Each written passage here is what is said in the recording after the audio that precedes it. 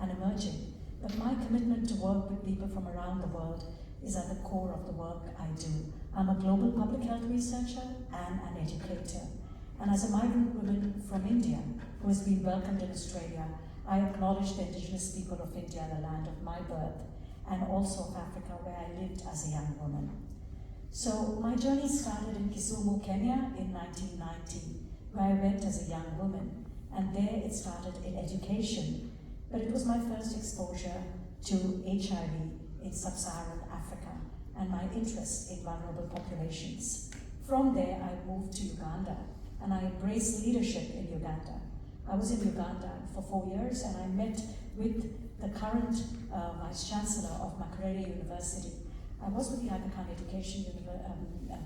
Education Services in Uganda, but I also worked at the Institute of Teacher Education at Chambogo with Makerere University, and after I came to Australia, I had a link up with the School of Public Health at Makerere University, where I had students who did their PhDs and Masters in Uganda and research projects in Uganda continue.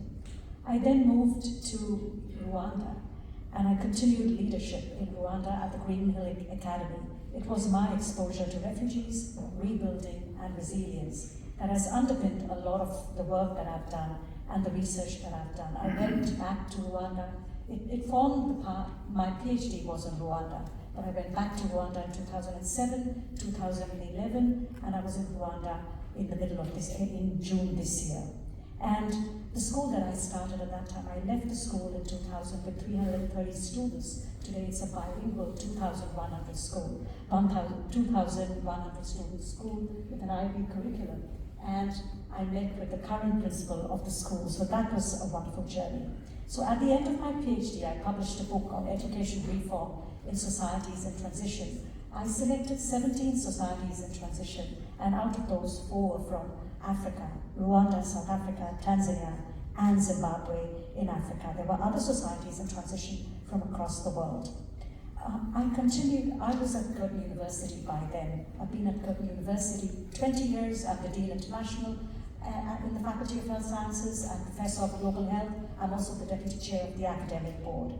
But I continued my link as a researcher and as an educator. And here was a project that I conducted in 2011 to 2013 in Jinja, Uganda, in community health. This is with the Maasai in the Rift Valley in Kenya in 2013. And I started with participatory research projects where we listened to people's voices. So here I had, with the African diaspora across Australia, research that was conducted. And one of the things that I do in my participatory projects is use photo voice, where there are traveling exhibitions of photographs taken by people who have resettled in Australia. Currently, we have just finished a project with Ukrainian displaced people. But I went back to Africa recently, and some of you are here today.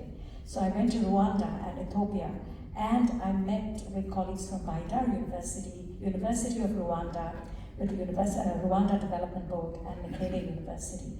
And the link continues. So to end, I'd like to bring us back to the Sustainable Development Goals. I lived in Africa from 1990 to 2000. I went back in 2007, went back in 2011 to teach at the University of Rwanda to the first cohort of the master's students in gender, culture, and development. Went back in 2013 to undertake research projects in Uganda and Tanzania.